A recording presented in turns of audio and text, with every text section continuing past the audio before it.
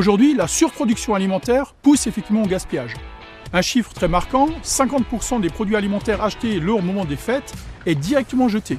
Plus que jamais, il nous faut penser une production modérée pour qu'on puisse effectivement avoir une consommation modérée. Travaille aussi derrière toute la problématique de la santé publique, autour de la suralimentation ou de la mauvaise alimentation.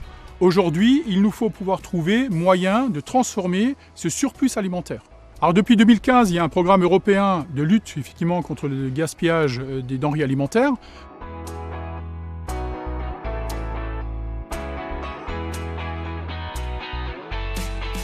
Nous accueillons des adolescents sous main de justice en assistance éducative ou à besoins spécifiques. L'association Sahel Vert a différents ateliers, l'atelier jardinage, ce qui permet d'avoir une autoproduction au niveau des personnes, des bénéficiaires acteurs, l'atelier bois de chauffage, l'atelier laverie, l'atelier récupération de meubles et rénovation des meubles, l'atelier avicole et gestion pastorale et pour terminer, la récupération de pain et fabrication de chapelures.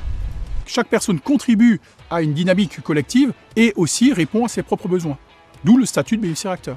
C'est être bénéficiaire de ce que l'on produit et acteur de cette production. Entre autres par le biais du concept du kilomètre zéro, produire localement pour consommer local. Donc Sahel Vert apporte aux bénéficiaires le contact et surtout aussi le lien social au niveau intergénérationnel. L'objectif, on peut dire global, c'est le lieu de rencontre. Le lieu de production, le lieu où effectivement les gens peuvent faire valoir leurs propres compétences pour qu'on puisse rentrer en communication les uns et les autres et pour un mieux vivre ensemble. Et on doit rentrer dans ce qu'on appelle une articulation de compétences et non plus une addition de compétences. Sahel Vert apporte aussi une mixité par rapport aux jeunes qui sont donc accueillis sur la plateforme. Ces jeunes qui viennent des différents pays qui sont accueillis au niveau des mineurs non accompagnés. Une des principales satisfactions est aussi que les gens retrouvent une certaine confiance. Sahel Vert permet de remettre le pied à l'étrier et de reconstruire un parcours de vie.